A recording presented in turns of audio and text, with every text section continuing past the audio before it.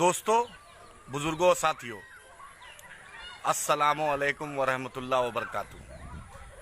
मैं अभी सीमांचल की मुक़द्दस सरज़मीं, बिहार का वो इलाका जो पिछड़ा इलाका, जो सैलाब ज़दा इलाका, जो पिछड़ा इलाका, जो कटिहार, पूर्णिया, अररिया, किशनगंज का इलाका, मैं उसी इलाके से आपके सामने रूबरू हूँ। आप देख सकते हैं, कल हमने दिखलाया था कि बाढ़ की क्या तबाही थी। आज आप देख लें, कल तक पानी दूर था, आज इस इलाके में पूरा पानी आ चुका है। आप देख सकते हैं कि पानी की तबाही कितनी हो रही है। हर तरफ तबाही है, ये पानी का मंजर है। आप देख रहे हैं कि दिन ब दिन पानी कितना बढ़ रहा है।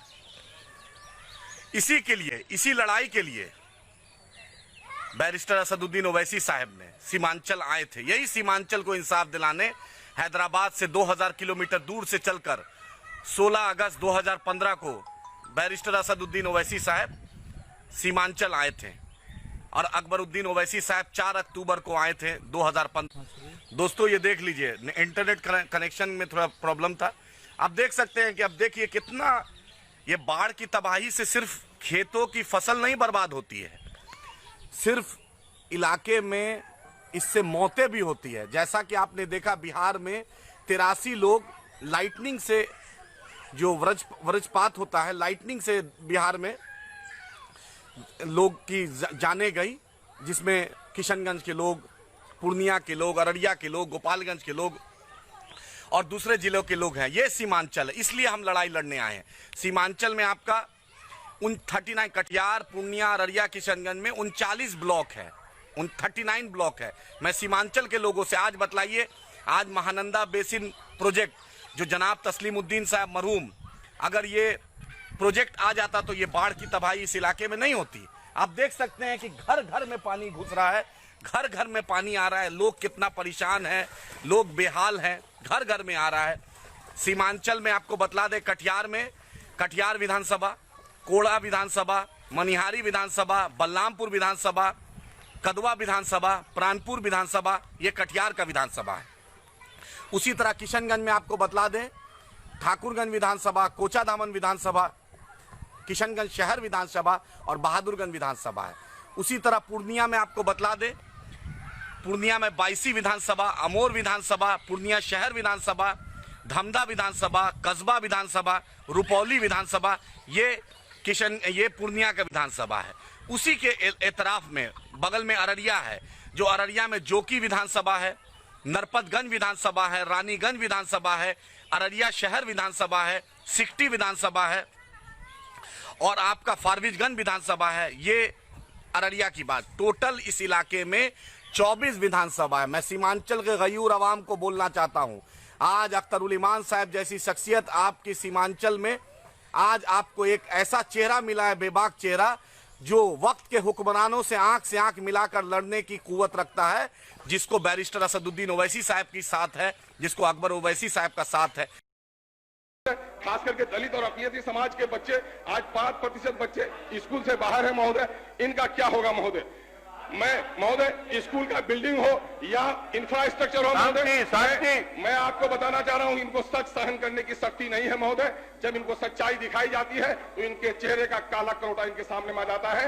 आईना को तोड़ने से चेहरा खूबसूरत नहीं बनेगा, अपने चेहरे को ठीक करने का काम कीजिए। विषयवार महोदय, इन्होंने गाल थपथपाया अपना कि मैंने स्कूलों को अपग्रेड किया, प्राइमरी को मिडिल स्कूल बनाया, मिडिल स्कूल को हाई स्कूल बनाया। सिर्फ कागज में, पोथी में लिख देने से अपग्रेड हो जाता है क्या? आपसे बोलना चाहता हूं, बतलाइए कि अगर आपके मजबूत क़यादत होती, 72 साल आज़ादी को हिंदुस्तान को हो गए, 72 साल में आप दिल पर हाथ रख के सोचिए कि आपको क्या मिला। आपको कांग्रेस का 40 साल आपको क्या दिया? आप बतलाइए कि राजद का 15 साल आपको क्या दिया? आप बतलाइए कि नीतीश जी का सरकार, भाजपा की सरकार 15 साल आपको क्या मिला? ये हिसाब का वक्त है। चुनाव में आप कब तक दिल्ली की हुक्मरानी और पटना की हुक्मरानी में रहिएगा? कब तक हम दिल्ली के मोहताजी रहेंगे? कब तक हम पटना के मोहताजी रहेंगे कि पटना फैसला करेगा कि सीमांचल में क्या होगा, दिल्ली फैसला करेगा कि सीमांचल में क्या होगा? फैसला हम अपने मुकद्दर का खुद फैसला करेंगे। अररिया के लोग करेंगे, जोकीहाट के लोग करेंगे, नरपतगंज के लोग करेंगे, रानीगंज के लोग करेंगे, सिकटी के लोग करेंगे, पलासी के लोग करेंगे, श्रीनगर के लोग करेंगे, बनमनकी के, धमदा के, कोढ़ा के लोग करेंगे, आपका बाईसी अमोर के लोग करेंगे, डगरवा के लोग करेंगे, टेरागाज, छतरगाज, पोठिया, ठाकुरगंज, बहादुरगंज के लोग करेंगे फैसला। कटिहार, बलरामपुर, परानपुर, आजमनगर, कदवा, बलिया बेलोन, कुरुम, आदमपुर, बिघोर, कचना, धचना, मनिहारी, बरारी, ये हसनगंज, डंडखोड़ा, समैली, यहाँ के लोग यहाँ का फैसला करेंगे। कब तक आप पटना की नज़र में आप सोचिएगा कि पटना में इसकी सरकार बने, दिल्ली में इसकी सरकार बने? दिल से सोचिए कि आपको उन सरकारों से क्या मिला। आप उसको आज उस सरकारों से आपको क्या मिला? राहुल गांधी को आप जिताना चाहते हैं, नरेंद्र मोदी को आप प्रधानमंत्री बनाना चाहते हैं, लालू जी को आप मुख्यमंत्री बनाना चाहते हैं, नीतीश जी को बनाना चाहते हैं। जाके नीतीश जी का जिला देख लीजिए, नालंदा कितना चमक रहा है। लालू जी का जाके देख लीजिए जिला छपरा और मधेपुरा कितना चमक रहा है। जाके नरेंद्र मोदी जी का वाराणसी देख लीजिए, गुजरात उनका देख लीजिए, जहां से वो उनका जो वोट बैंक है वो अपने वोट बैंक को कितना ठीक करते हैं। लेकिन सीमांचल में एक शख्स, एक आवाज, एक बेबाक क़यादत बैरिस्टर असदुद्दीन ओवैसी साहब की आई है। मैडम सीमांचल के 4 जिले किशनगंज, पूर्णिया, कटिहार पिछले एक हफ्ते से सैलाब के अजाब से गुजर रहे हैं। 20 लाख से ज्यादा लोग मुतासर हैं मैडम। जो धान की फसल है तबाह हो चुकी है लाखों एकड़ पर, और जो जूट के जो वाहिद कमर्शियल फसल है वो भी सैलाब में बह गई है। कई कच्चे पक्के घर बह गए मैडम, रोड और ब्रिज बह गए हैं। हजारों लोग कैंपों में जिंदगी गुजार रहे हैं। ना वहां पर कोई मेडिकल का दवाओं का इंतजाम है, ना वहां पर राहत कार्य कोई काम किया जा रहा है। मैं हुकूमत से आपके जरिए से मुतालबा करता हूं कि मरकजी हुकूमत फौरन एक टीम को भेजाए। जो लोग मर चुके हैं उनको 4 लाख ज़ाब्ते के तहत दिए जाए। जो किसानों का KCC का खजाना है माफ किया जाए।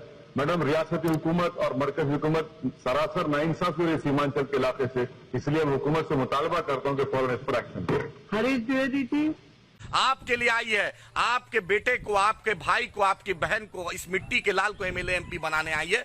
सिर्फ बैरिस्टर असदुद्दीन ओवैसी साहब की सरपरस्ती रहेगी, अकबर साहब की सरपरस्ती देने आई है। क्योंकि जो हैदराबाद मॉडल है, जो तेलंगाना मॉडल है, बैरिस्टर असदुद्दीन ओवैसी साहब चाहते हैं, अकबर साहब चाहते हैं कि एक बेबाक क़यादत अख्तरुल इमान साहब की शक्ल में, इंजीनियर आफ्ताब साहब की शक्ल में, कमरुल हुदा साहब की शक्ल में एक टीम वर्क होता है। सीमांचल के लोगों, आपने हमेशा पटना पे भरोसा किया, पटना में ने भी आपके साथ नाइंसाफ़ी की। आपने हमेशा दिल्ली पे भरोसा किया, दिल्ली ने भी आपके साथ नाइंसाफ़ी की। याद रखिए, आपके बगल में दार्जिलिंग है, गोरखालैंड, उसको स्पेशल स्टेटस मिल चुका है, उसको स्पेशल इकोनॉमिक पैकेज मिल गया। उन्होंने जब मुनज़्ज़म हुए, मुत्तहिद हुए, तो उनको भी मिल गया। जाकर आप नॉर्थ ईस्ट के स्टेट को देख लीजिए, उनको स्पेशल स्टेटस मिल गया है। आप ही के इलाके से गल्ला जाता है, आप ही के इलाके से नारंगी जाता है, अंगूर जाता है, सेब जाता है, काला चना जाता है, आप सोयाबीन जाता है, राजमा जाता है, चावल जाता है। लेकिन आपको वो ट्रेन आपके स्टेशनों पे नहीं रुकती है। आपके गल्लों में आज मकई की खेती हुई है, आपका इलाका में मकई का सही मुआवजा नहीं मिल रहा है। कोई दिल्ली की बैठी सरकार, पटना की बैठी सरकार पूछ रही नहीं है। आपको याद रखिए, इस बाढ़ की तबाही आपके खेतों में पानी आ गया, आपका फसल बर्बाद हो रहा है। सांप आएगा, आपके घरों में आएगा, आपके घरों में दिक्कत परेशानी आएगी, आपका जो आशियाना उजड़ेगा। दिल्ली में बैठे जो लोग, 10 जनपद हो या 7 रेस कोर्स हो या झंडे वालान हो या नागपुर हो या 10 सर्कुलर रोड में या अन्य मार्ग में बैठे को दर्द नहीं होगा। दर्द तो कटिहार, पूर्णिया, अररिया, किशनगंज के लोगों को होगा, यहाँ के मिट्टी को होगा, यहाँ के आवाम को होगा। 24 अकबर रोड कांग्रेस मुख्यालय में नहीं दर्द होगा, बीरचंद पाटिल मार्ग में जो राजद का मुख्यालय है उसमें दर्द नहीं होगा, भाजपा का मुख्यालय में दर्द नहीं होगा, जदयू के मुख्यालय में दर्द नहीं होगा। परेशान आप होइएगा। ये बाढ़ की तबाही आपको अब भी मुनज़्ज़म करने की एक बोल रही है। आज हिंदुस्तान में बैरिस्टर असदुद्दीन ओवैसी साहब की क़यादत, अकबर साहब की क़यादत, और बिहार में एक अख्तरुल इमान साहब जैसी शख्सियत, आफ्ताब साहब जैसी शख्सियत, इश्तियाक साहब जैसी शख्सियत आ गए हैं। जाके देखिए कदवा का लोग, कदवा में कोटा घाट है, जाके देखिए वहाँ की परेशानी। वो कदवा और बलरामपुर को जोड़ता है। जाके जमीरा देखिए, जाकर कचना धचना देखिए, जाकर आप गांजन देखिए, आपका इलाका जाकर आप टेरागाज देखिए, रानीगंज देखिए, कोचादामन देखिए, जोकी पलासी देखिए, आप नरपतगंज जाके देखिए, आप बनमनकी, धमदा, श्रीनगर कस्बा जाके देखिए, कोड़ा, बरारी देखिए। आपका इलाके के साथ सबने नाइंसाफ़ी की है। आज एक क़यादत याद रखिए, जब जागो तब सवेरा, 72 साल हम दूसरे की मोहताजी किए थे। इस बार अपनी मिट्टी को का कर्ज उतारना है, इस मिट्टी को एक मजबूत क़यादत देना है, जो क़यादत का नाम बैरिस्टर असदुद्दीन ओवैसी साहब है, अख्तरुल ईमान साहब है, अकबर साहब है। हम आपसे कुछ नहीं मांग रहे हैं, आप दिल पर हाथ रखकर सोचिए कि इस बाढ़ की तबाही से नुकसान न पटना वाले को होगा, न दिल्ली वाले को होगा, न लखनऊ वाले को होगा, न नागपुर वाले को होगा। परेशानी आपको होगी, तबाही आपको होगी। तो दिल पर हाथ रखकर सोचिएगा, जब इलेक्शन आएगा तो उन वक्त के हुक्मरानों से पूछिएगा कि सीमांचल को स्पेशल स्टेटस कटिहार, पूर्णिया, अररिया को कब दीजिएगा। उनसे पूछिएगा कि नॉर्थ ईस्ट को इकोनॉमिक पैकेज मिल गया, बुंदेलखंड को मिल गया, बेलगाम को मिल गया, विदर्भ को मिल गया, गुजरात के कच्छ को मिल गया, तो सीमांचल को भी दे दो मेरे भाई। सीमांचल की आवाज़ बैरिस्टर असदुद्दीन ओवैसी साहब 2000 किलोमीटर दूर से आकर आपके साथ सदा से सदा, कंधा से कंधा मिलाने आए हैं। हम मिथिलांचल के लिए भी लड़ेंगे, हम चंपारण के लिए भी लड़ेंगे, हम मगध के लिए भी इंशाअल्लाह ताला लड़ेंगे, हम पटना में और बिहार को विशेष दर्जा के लिए भी लड़ेंगे। लेकिन वक्त सीमांचल के इस 24 सीट के लोगों का है, इस विधानसभा के गयूर आवाम का है। अगर मुत्तहिद होकर अगर आप फैसला ले लें तो उस कैबिनेट में जो मंगल को सचिवालय में जो कैबिनेट लगती है, उस कैबिनेट में आप फैसला लीजिएगा कि पटना को क्या मिलेगा, चंपारण को क्या मिलेगा, मिथिलांचल को क्या मिलेगा, और अपने मुकद्दर का फैसला आप कीजिएगा। दिल की गहराइयों से आपके सामने अपनी बात रखना हूं। अगर आपको लगता है कि सीमांचल को इंसाफ दिलाना है तो बैरिस्टर असदुद्दीन ओवैसी साहब के हाथ को मजबूत कीजिए, अख्तरुल ईमान साहब के हाथ को मजबूत कीजिए, अकबर साहब के हाथ को मजबूत कीजिए। बढ़ेगा सीमांचल, बदलेगा सीमांचल के मुहिम को मजबूत कीजिए। अशफाक करीम साहब ने भी कोसी बेदारी मोर्चा एक किया था, उन्होंने भी सीमांचल के लिए उन्होंने किया था और एक मेडिकल कॉलेज बनाया, उससे भी लोगों को फायदा होता है। लेकिन सरकार ने नहीं बनाया, प्राइवेट लोगों ने मेडिकल कॉलेज बनाया, कॉलेज हॉस्पिटल बनाया, चाहे किशनगंज में हो चाहे कटिहार में हो। लेकिन आपको सरकारें ने नहीं दिया, पटना की बैठी हुई लोगों ने आपको नहीं दिया, दिल्ली में बैठे हुक्मरानों ने नहीं दिया। सोनिया जी को जिताने में, राहुल जी को जिताने में, नरेंद्र मोदी जी को जिताने में, नीतीश कुमार और तेजस्वी यादव को जिताने में, नीतीश जी को जिताने में आपको कुछ नहीं मिलेगा। अपने बेटे को, अपने मिट्टी को मजबूत करने में आपको उसका हक मिलेगा। हाँ, स्पेशल इकोनॉमिक पैकेज की बात कीजिए, सीमांचल को स्पेशल स्टेटस की बात कीजिए, बढ़ेगा सीमांचल, बदलेगा सीमांचल के मुहिम में जुड़िए। इस मिट्टी का कर्ज अगर अदा करना है तो आपको एकजुट होना पड़ेगा। 24 सीट के लोग अगर एकजुट हो गए तो इंशाअल्लाह 72 साल की नाइंसाफियों का हम बदला लेंगे। और हम सिर्फ डरते हैं तो अपने अल्लाह से डरते हैं, झुकते हैं तो अपने अल्लाह के आगे झुकते हैं। और मैं दलित भाइयों को, पिछड़े भाइयों को, आदिवासी भाइयों को, गैर मुस्लिम भाइयों को खुले मन से मजलिस इत्तेहादुल मुस्लिमीन में दावत दे रहा हूँ, आप आइए।